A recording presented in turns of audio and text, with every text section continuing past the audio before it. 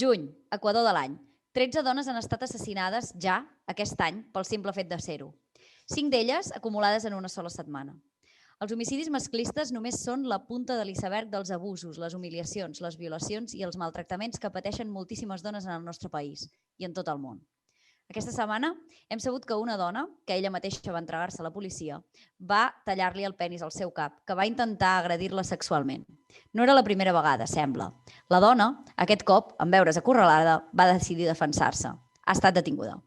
És evident que ningú ha d'agafar-se la justícia pel seu compte, però ens hauríem de preguntar si aquesta justícia realment funciona.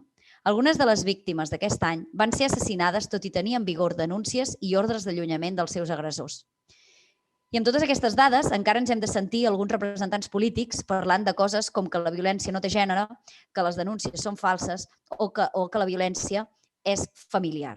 I jo em pregunto, si aquest comptador de morts, deixant a banda tota la resta d'agressions, en comptes de dones fos d'estrelles del futbol, quants d'aquests mateixos posarien el crit al cel en pro de la inseguretat o de la seguretat del país?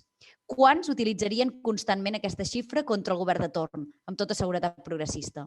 Però, és clar, aquesta xifra només és de dones, aquells éssers insignificants.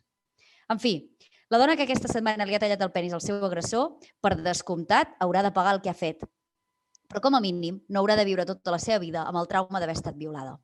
Benvingudes i benvinguts al Conxorxets del 2 de juny, el dia en què el nostre estimadíssim Sergi Tarrés es fa una mica més gran. Felicitem-lo. Comencem.